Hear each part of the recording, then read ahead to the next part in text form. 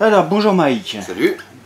Pour nos lecteurs et désormais sur YouTube, nous allons avoir grâce à la première vidéo donc des premiers fans sur YouTube.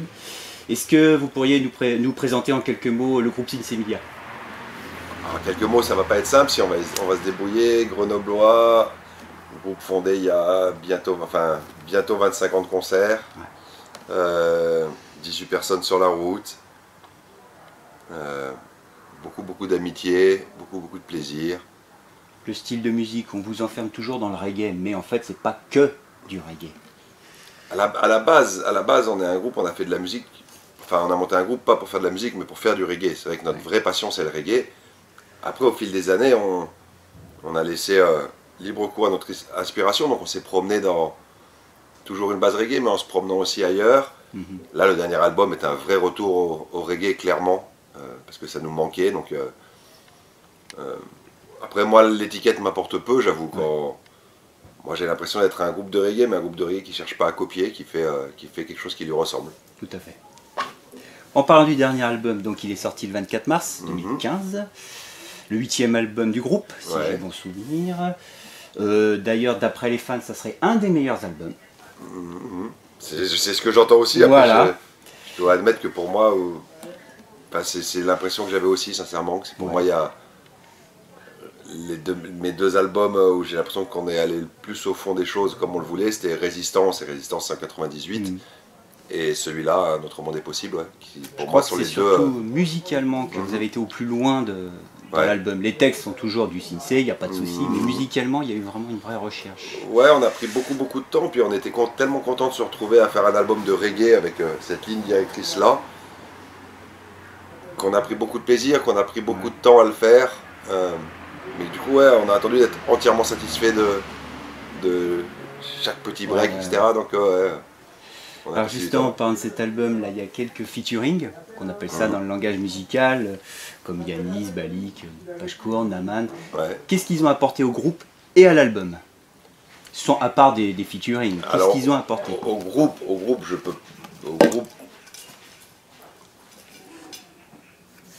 je cherche, parce que c'est nous les anciens, donc mais si, ils ont apporté un truc, si quand même.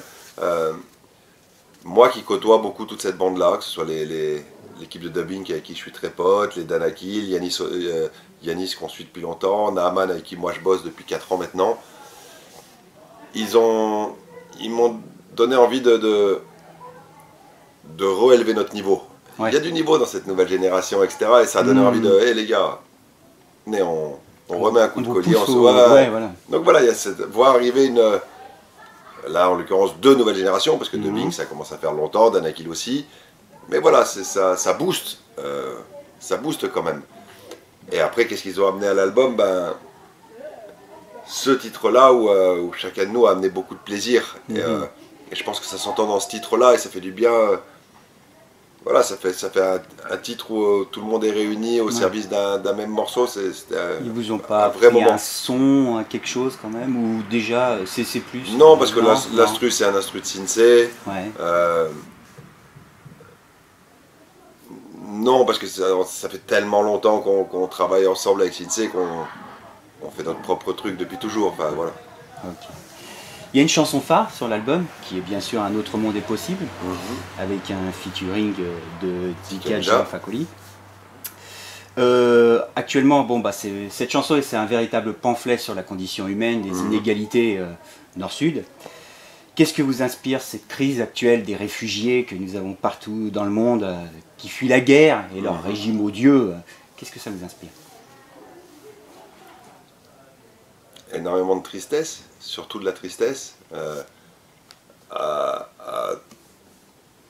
sur de nombreux plans différents. Il y a déjà de la tristesse et de la peine pour ce que ces gens-là vivent, parce que personne quitte un pays au risque de sa vie à la légère. C'est donc de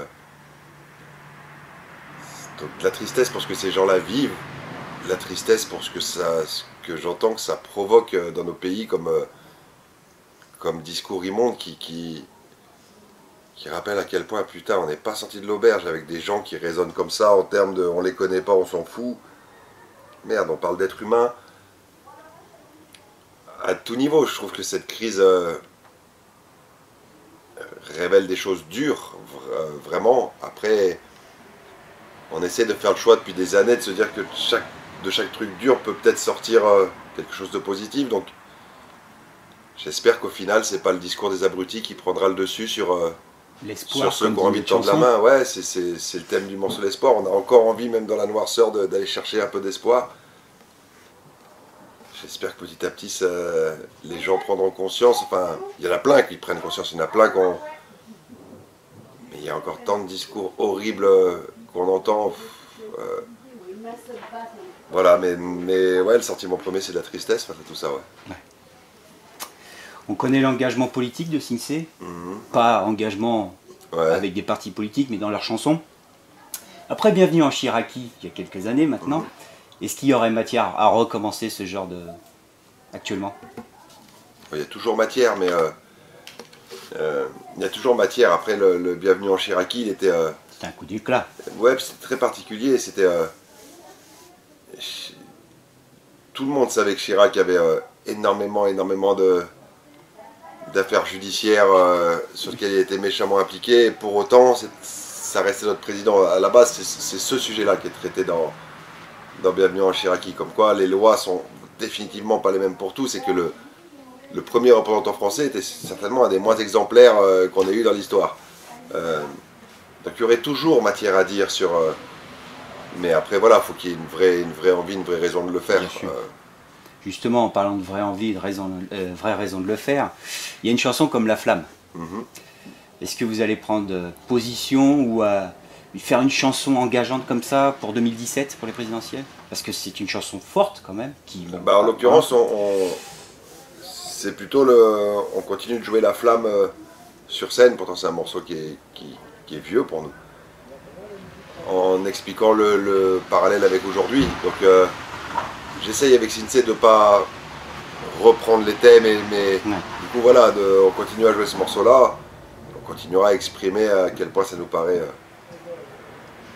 suicidaire et stupide de se tourner vers ces gens-là, mais voilà, à notre petit niveau, on continue à le faire. Ouais, c'est clair.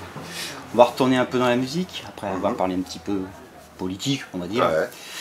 En 2000 sur Canal+, vous disiez... J'aime pas faire les singles parce que j'aime pas sortir un morceau d'un album. Ouais. Pourtant, après tout le bonheur du monde, vous diriez toujours ça maintenant? Avec un morceau quand même qui a été phare pour vous. Ah oui, parce que même tout le bonheur du monde, nous on l'a pas pensé comme un single, c'était un morceau d'un album. Ouais, bah en l'occurrence, c'est le dernier morceau de l'album parce qu'on trouvait qu'il fermait très bien cet album-là. L'album ouvre par Bienvenue en Chiraki et finissait par tout le bonheur du monde. Après, les radios en font un single. Les radios décident que ce morceau-là, on va le cartonner, etc. Les radios et le public. Ben, les radios d'abord, puis le public suit, puis plus le public suit, plus les radios, et ainsi de suite. Tout à fait. Et on se retrouve en tant que Sinsay, on boucle sur les radios, ce qui était pour nous plus que surprenant. Mais encore une fois, on n'avait pas travaillé un single, on avait travaillé un album. Et quand le morceau était joué partout sur les ondes, nous on continuait à faire ce qu'on a toujours fait, c'est on était dans un bus, on faisait des concerts, on enchaînait nos dates. Non, j'ai toujours la même démarche on fait des albums, on ne réfléchit pas en termes de single. D'ailleurs tout le bonheur du monde c'est quoi? C'est en 2005, et depuis 2005 on ne peut pas dire qu'on nous ait énormément entendu en radio. C'est bien que celui-là était un extraterrestre au milieu de tout ça, mais voilà. Ok. Après 25 ans de carrière, on va retoucher un petit peu l'album. On va faire un flashback, comme c'est marqué dans l'album. Quels souvenirs gardez-vous de ces 25 ans? Là, il faudrait que tu aies 9 heures devant toi. Là, on a tellement des souvenirs. Quand on se fait des soirées entre nous, des fois... J'ai jusqu'à 19 heures. Ou en fin de soirée, ça commence à brasser les souvenirs. C'est vrai que ça peut durer des heures et des heures. Allez, un ou deux. Je pense déjà le premier concert. Bah ouais, il y a le tout premier concert, mais j'allais dire, c'est peut-être pas... C'est évidemment un concert important. Il y a le tout premier gros concert à Grenoble, au Zénith, le 23 mars 96, je me souviens encore de la date. Ah ouais, en effet. Il y a le premier concert à Paris, parce que des petits Grenoblois qui débarquent à Paris, à l'époque on était un petit groupe, c'est au New Morning, 20 décembre 96. Et celle de la fête de la musique, non? Du tout. C'est le premier vraiment, là où si, vous appelez Sinsay Milliard. Le tout premier concert, si, j'ai des souvenirs. Je suis en train d'écrire en ce moment pour nous tout un condensé de souvenirs, et le premier chapitre c'est ça, c'est cette fête de la musique là. Ce que je me souviens le plus de cette fête de la musique là, c'est l'immense peur, là c'était même plus du track, c'était l'immense peur qu'on avait en allant jouer pour la première fois. J'imagine. mais voilà, en fait c'est difficile de ressortir quelques souvenirs de... On parle de nos vies en fait, c'est 25 ans de nos vies, et ce projet-là, c'est pas un projet, c'est pas un groupe, c'est une part immense de nos vies. Donc difficile d'extraire quelques souvenirs, on a des tonnes et des tonnes de souvenirs. C'est comme si tu demandes à quelqu'un, vas-y, t'as 40 ans, bah, sors-moi 3 souvenirs de tes 30 dernières années. Attends, j'ai vécu plein de trucs. Bah, là, c'est ça, c'est nos vies, donc c'est très difficile, mais des tonnes de souvenirs, des tonnes de bons souvenirs. Des tonnes de très bons souvenirs. Et pour terminer l'interview, bah, la chanson, le groupe que vous écoutez le plus actuellement, toi personnellement, et le groupe dans le car, Alors, en ce moment, je tourne beaucoup entre le nouvel album de Naaman qui arrive dans 2 semaines. Non, pas 2 semaines. On est quoi? On est mi-septembre, qui arrive dans 1 mois et demi. Parce que vu que je travaille avec lui, je l'ai depuis un moment, donc j'écoute beaucoup cet album-là. Et j'écoute beaucoup ce qui sera le prochain album de Big Red, avec qui je travaille depuis pas longtemps. J'adore ce qu'il fait, donc j'écoute beaucoup ça. Un jeune artiste aussi de Tours qui s'appelle Attili Bandalero, qui fait des super instrus, j'écoute beaucoup ça aussi en ce moment. Voilà. Et dans le bus tourne le soir de tout selon les soirs. Pas de tout autour du reggae souvent, mais de tout selon les soirs. Ok. Bon, bah merci Mike. Merci à vous. C'est très sympa d'avoir pris du temps pour nous. C'est cool, merci. Ok, merci. Merci.